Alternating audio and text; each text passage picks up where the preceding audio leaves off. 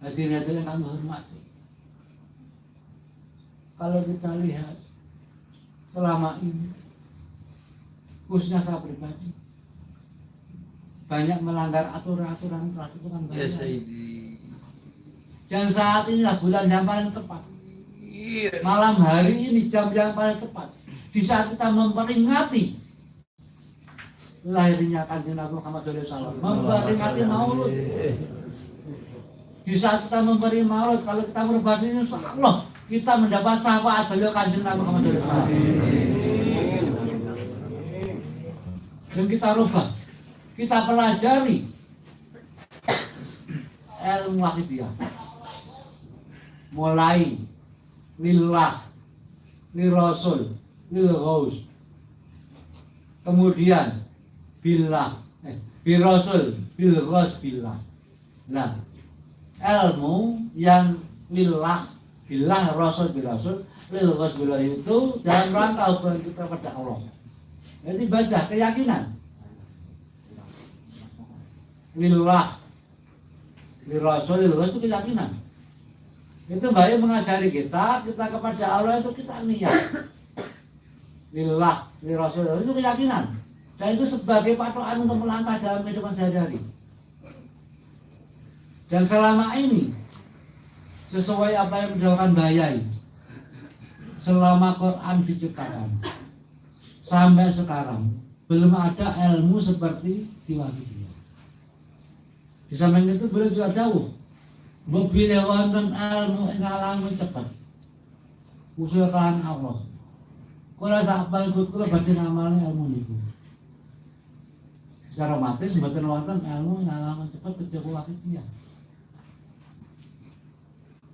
Jadi kita berbicara di ranah Wakidiyah, kita berbicara sebagai sesama pengamal. Maaf, saya tidak membicarakan di luar pengamal. Ngapunten. Saya hanya berbicara dalam mengamal. Bagi Wakidiyah sebaiknya seperti ini. Jadi kalau kita mengamalkan soal Wakidiyah, apalagi dalam misi bidang, ini contoh. Saya dan Ki Ageng jalan-jalan. Terus di tengah jalan kita akan makan. Sebelum jalan kita niat, saya jalan-jalan saya niati perintah Allah. Saya pergi sama Gusawi, saya niati perintah Allah. Saya niati dari Rasulullah. Saya niati dari bimbingan beliau zaman. Nah itu terlihat di pandang mata lahiriah kita jalan-jalan. Tapi insya Allah nyawa kita, roh kita sudah ibadah kepada SWT. Di sini Wakidiyah itu walaupun jasad kita berada di mana-mana, roh kita tetap sowan di lawan Allah SWT. Jadi sudah jelas bahwa ilmu akhir-akhir ini zaman yang paling indah itu adalah ilmu Wakidiyah. Kenapa kalau begini? Karena belum Bayai itu saat terjadi zaman jahiliyah modern. Itu terjadi antara 60 sampai 65 itu terjadi jahiliyah modern. Bahkan PKI saat itu tahun 1964 itu mengadakan gebrakan seni ludruk di Ngronggo Kediri. Judulnya apa? Matinya Allah. Matinya Allah judulnya itu. Kalau seseorang sudah mengadakan ludruk judulnya matinya kan orang itu sudah akal bijak sekali. Baik dikasih oleh Allah Subhanahu wa taala mana kamu membenahi hati-hati yang rusak. Membenahi iman yang rusak. Dan waktu tepat sekali jahiliyah modern. Itu terjadi di Ngronggo. Matinya Allah terjadi di Ngronggo itu. Dan itu terangkan besok sudah tidak ada Allah. Allah sudah mati. Seperti itu. Auzubillahi min dzalik. Saat itu beliau ditugasi sehingga beliau menciptakan Wakidiyah dalam rangka membenahi keimanan anak-anak manusia yang rusak.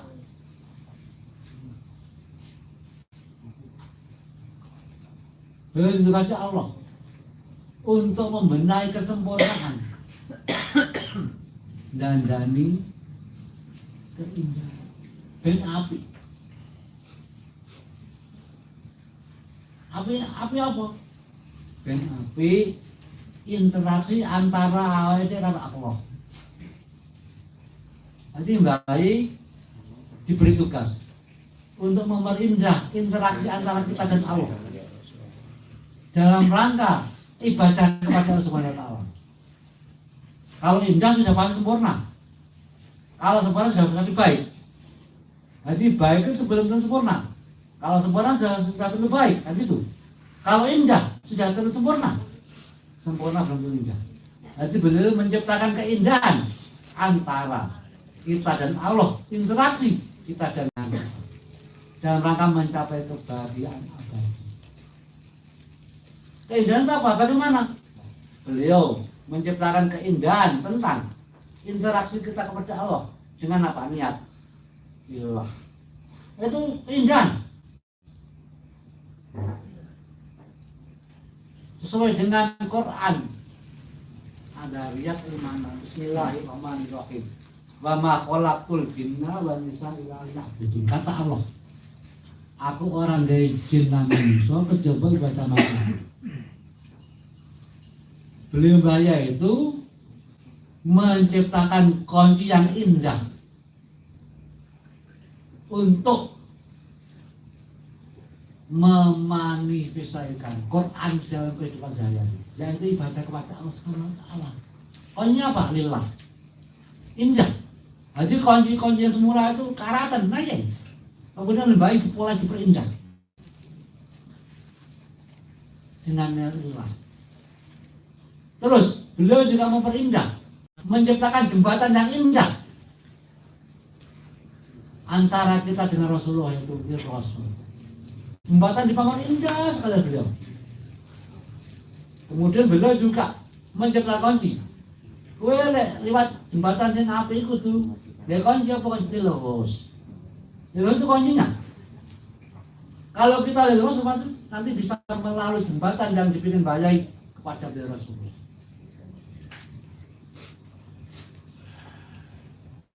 Otomatis kalau kita sudah sampai ke Rasulullah, sampai ke Allah. Karena apa? Rasulullah itu diutus Allah sebagai perantara, pemberi rahmat seluruh alam. Bismillahirrahmanirrahim. Wa ma arsalnaka illa rahmatan lil alamin. Jadi kalau kita sampai ke Rasulullah, yakinlah kita sudah dapat kasih sayang Allah, dapat rahmatullah. Kita tidak mungkin dapat rahmatullah tanpa kita melalui kunci yang disebut ilmu.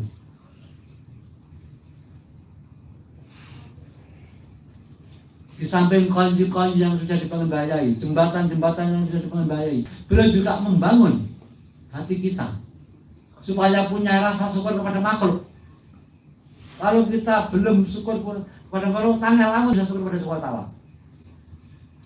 Iblis berjanji, ya Allah, akan saya goda anak turunnya Nabi Adam dari arah depan, arah belakang, arah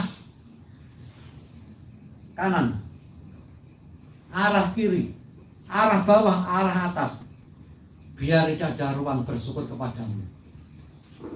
Mbah Yai menciptakan ruang agar bisa syukur kepada Allah dengan bersyukur kepada Rasulullah, bi Rasul. Menciptakan ruang untuk menghalau godaan iblis, dihalau, dilingkar dengan Rasul. Rasul sebenarnya kalau kita bisa melihat itu ada lingkaran yang melingkar diri kita dalam rangka merobek garis-garis atau pagar yang diciptakan iblis. Syukur kepada Rasulullah, otomatis kepada Allah. Kemudian beliau juga membuat kunci daripada rahasia syukur kepada Allah dengan ilmu. Jadi beliau itu menciptakan suatu jembatan, kunci, kemudian menciptakan ruang, mengunci ruang, Artinya beliau itu rahasia, dikunci rahasia, itu rahasia. Yang tahu hanya beliau dan Allah SWT. Terus begitu indahnya ilmu beliau. Di samping itu beliau juga menciptakan ruang, di mana ruang hubungan dengan manusia lain, yaitu yukti uladi saking apa, ngisi bidang sesuai dengan bidang masing-masing. Jadi mengisi bidang sesuai dengan bidangnya masing-masing. Kemudian kalau suatu saat kita dalam waktu yang bareng suatu saat contoh, niku awake dhewe niku tanggane mati. Lah, terus menjanji mek kanca. Pada penting. Nah, ini kan dipilih yang lebih penting. Jika ada semua, kita pilih yang lebih manfaat, cuma apa. Mungkin kita cari yang lebih penting dulu. Nah, kepentingan ini kita tinjau dari segi hubungan ibadah, segi lillah penting mana, li Rasul penting mana, lillah penting mana. Kalau sama-sama pentingnya, kita masuk ke ruang yang lebih dalam, yaitu semua apa. Kita pilih ruang yang lebih manfaat bagi sesama manusia. Manfaat yang mana? Nah, di sini. Nah, kalau kita sudah paham itu, insya Allah kita bisa melakukan kehidupan sehari indah sekali.